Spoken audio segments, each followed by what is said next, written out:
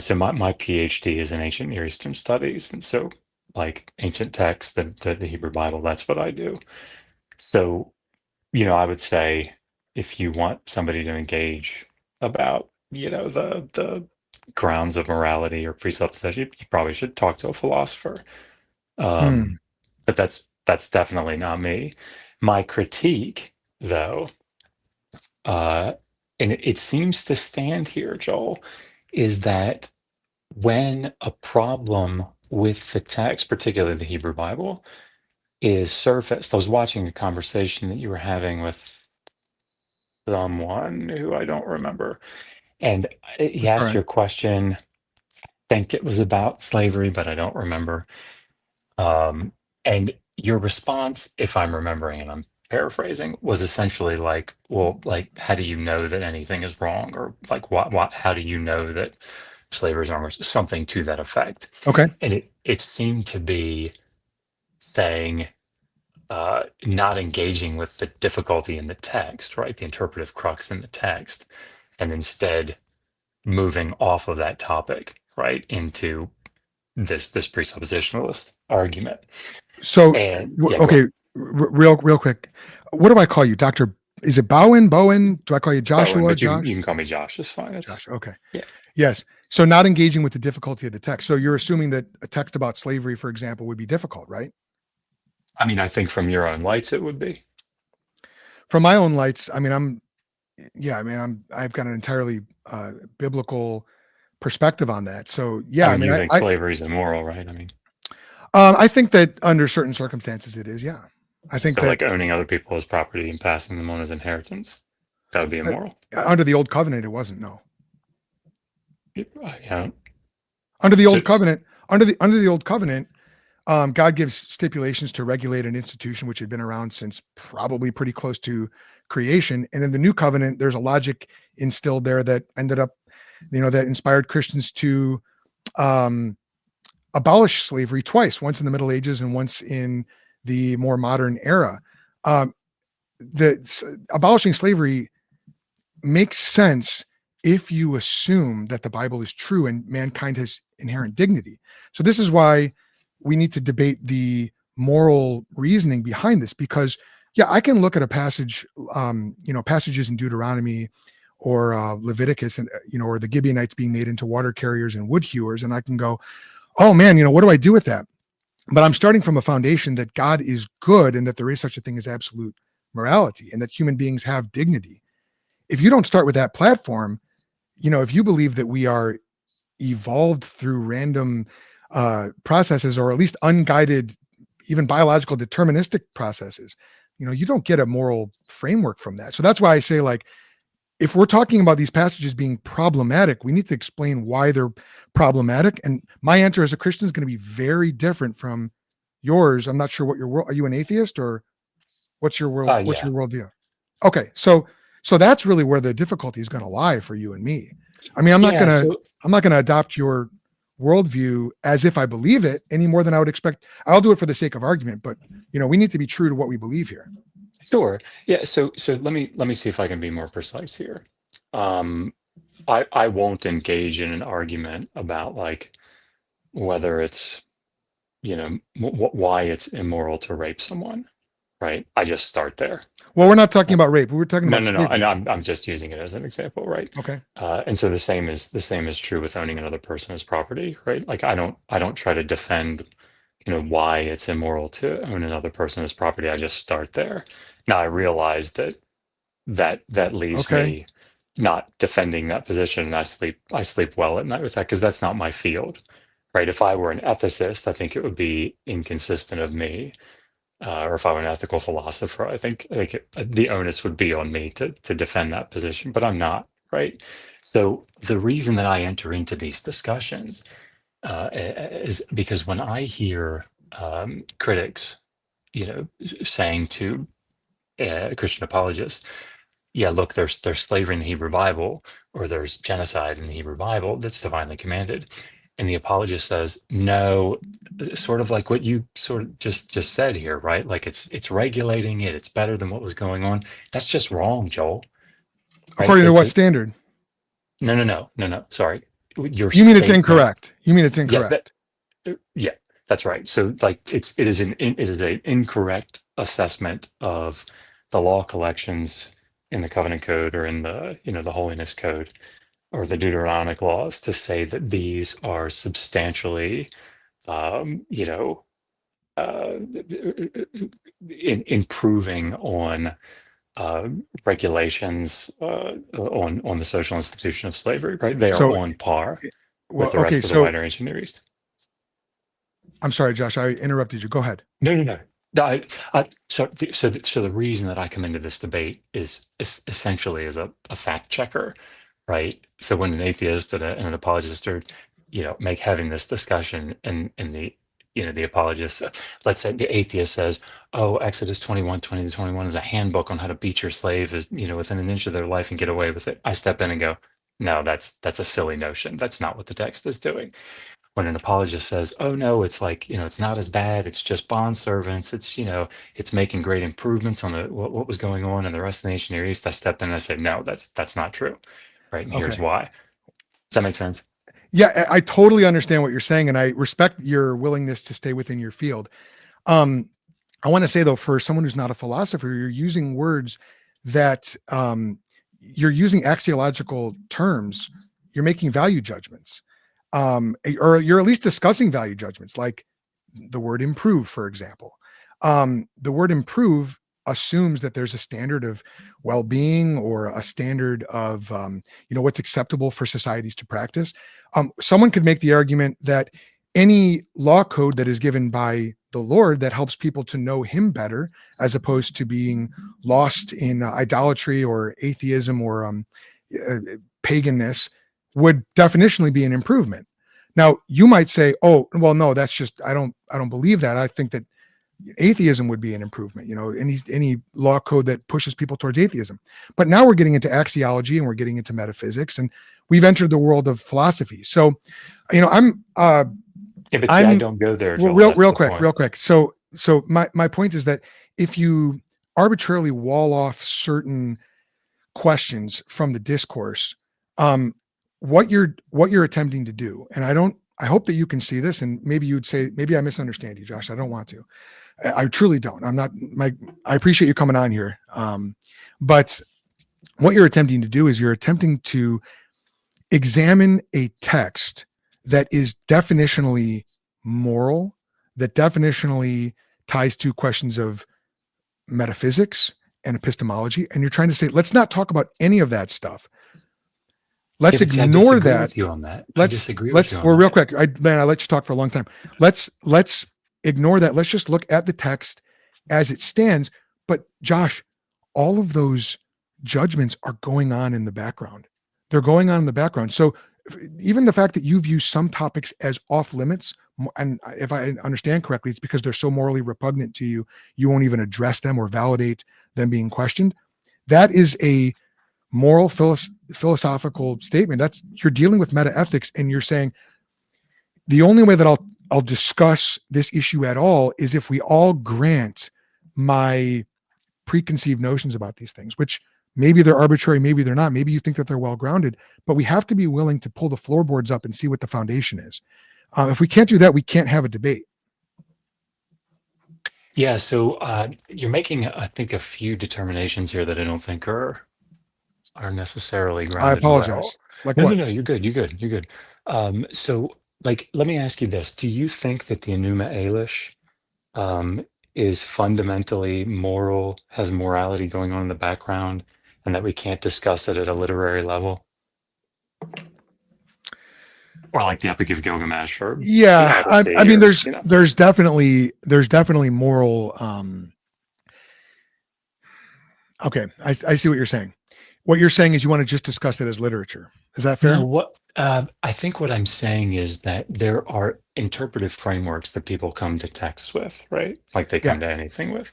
And I know that's what you're saying.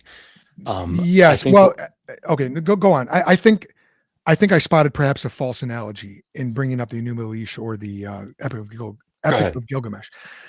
The And the reason I think it's a false analogy, Josh, is because neither you nor I are Gilgameshian. We're not You're ancient right. Babylonian pagans. I am a Christian. You are an atheist, and Sure. so we both have skin in the game when it comes to whether or not the morality of the Bible is true and whether or not Ah, God is really there. okay. So I think that you do. I don't think that I do any more than you have skin in the game. If someone were an ancient Mesopotamian, Enlil worshiper, I have and you skin were in that talking, game. um, I guess maybe if you're saying that your religious position about the divinity of Yahweh or something is being matched up against, then yes, I suppose that's the case. But I wouldn't, right? I'm not so sure about that, respectfully. Why do you Okay, say that well, you wouldn't? um, because it doesn't make any difference to me. It doesn't make any difference to you whether or not your atheism is true. No. So, can you explain why that is? That I'm sorry, I Yeah, find that shocking. sure. So I'm not an atheist apologist, right? Or I'm not an anti-theist or something, right? Like when people ask me if I'm an atheist, it's like, yeah, I mean, Yeah. I don't think there's a God, but I mean, it doesn't really matter to me. Like if there was one, I'd say, it's cool. Okay.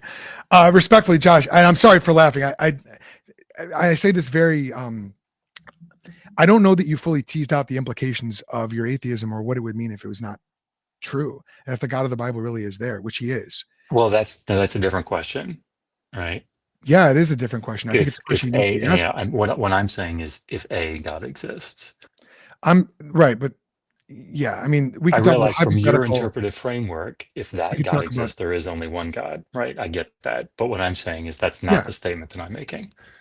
Yes, I understand that, but I'm also not interested in defending when we already talked about how if both of us were debating worldviews that we didn't care about, we didn't adhere to, yeah, we'd have less skin in the game. But because we're dealing with worldviews, directly, this is like more of a this is more of a direct challenge. I mean, I'm directly challenging your atheistic presuppositions. Yeah, And but what I'm I'm saying, not well, a real quick, let me at least finish my sentence. There was a comma there, not a period. I'm directly challenging your atheistic presuppositions because by my lights, and I think this is correct. I could be wrong, but I don't think so.